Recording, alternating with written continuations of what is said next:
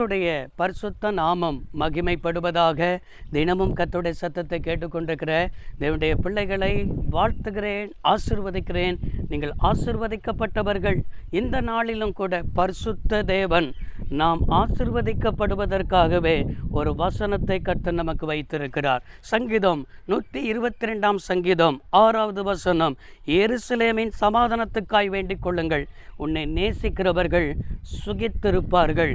எருசலேம் என்றால் இஸ்ரவேல் தேசத்துடைய தலைநகரம்தான் எருசலேம். இந்த எருசலேம் தான் மகாராஜாவுடைய பூமி. இங்கே தான் சாலமோன் கட்டின தேவாலயம் உண்டு.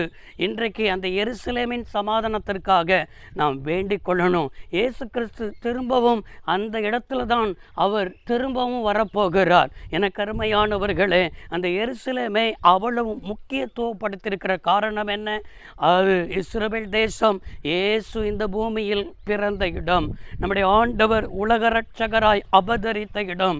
இந்த இடத்தின் சமாதானத்திற்காக நாம் ஜெபிக்கணும் அப்படின்னு சொல்லி ஆண்டவர் எதிர்பார்க்கிறார். இன்னைக்கு இஸ்ரவேல் தேசத்துக்கு விரோதமாய் எத்தனையோ அண்டை தேசங்களெல்லாம் போர் தொடுத்து கொண்டிருக்கிறது. காசா, லெபனோன், அதே போல ஈரான், அதை சுற்றில் இருக்கிறதான சீரியா, அதே போல இப்படி இருக்கிற தேசங்கள் எல்லாம் அதுக்கு விரோதமாக எழும்பி இஸ்ரவேலை அழிக்க வேண்டும் என்று சொல்லி எத்தனையோ திட்டங்கள், எத்தனையோ போர்கள் நடந்து கொண்டிருக்கிறது. இதன் மத்தியில் தேவனுடைய பிள்ளைகளாய் அழைக்கப்பட்டவர்கள் வேத வசனத்தின்படி நாம் எருசலேமின் சமாதானத்திற்காக, அந்த தேசத்தின் ஆசீர்வாதத்திற்காக, ஒரு சமாதான உடன்படிக்கைக்குள் அந்த தேசம் வருவதற்காக நாம் முழங்கால் படியிட்டு நம்முடைய குடும்பத்தில், நம்முடைய திருச்சபையில் நாம் ஜெபிக்கும் பொழுது கர்த்தர் நமக்கு ஆசீர்வாதத்தை வைத்திருக்கிறார். எருசலேமின் சமாதானத்துக்காக நாம் வேண்டிக் கொள்ளும் பொழுது, அந்த எருசலேமுக்காக நாம் பாரப்படும் பொழுது, அந்த தேசத்திற்காக நாம் கண்ணீர் வடிக்கும் பொழுது கர்த்தர் நமக்கு தந்த வாக்கு தத்தம் என்ன?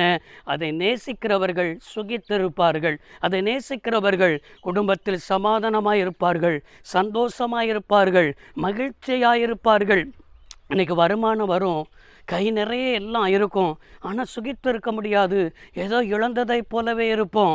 ஏன் என் வாழ்க்கையில் இப்படி ஒன்றுமே இல்லாததை போல, நான் இழந்ததை போல இருக்கிறேனே என்று சொல்லி நாம் நமக்குள்ளே வேதனைப்பட்டு கொண்டு போய் காணப்படுவோம். இன்னைக்கு ஆண்டவர் சொல்கிறார், எருசலேமின் சமாதானத்துக்காய் வேண்டிக்கொள், அப்பொழுது நீ மகிழ்ச்சியாக இருப்ப, நீ சமாதானமாக இருப்ப, நீ சந்தோஷமாக இருப்ப, நீ சுகமாக இருப்ப என்று சொல்லி ஆண்டவர் வாக்கு பண்ணியிருக்கிறார்.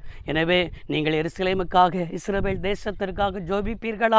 ஜெபிப்பதற்கு இன்றைக்கு உங்களை ஒப்புக் கொடுப்பீர்களா? ஜெபிப்பதற்கு உங்களை அர்ப்பணிப்பீர்களா? நீங்கள் சுகித்திருப்பீர்கள், நீங்கள் ஆசீர்வாதமாயிருப்பீர்கள். சர்வ வல்லமையுள்ள தேவமே, அன்பு தகப்பன், இன்றைக்கு உம்முடைய பிள்ளைகள் ஒரு ஒப்பு கொடுத்திருக்கிறார்கள்.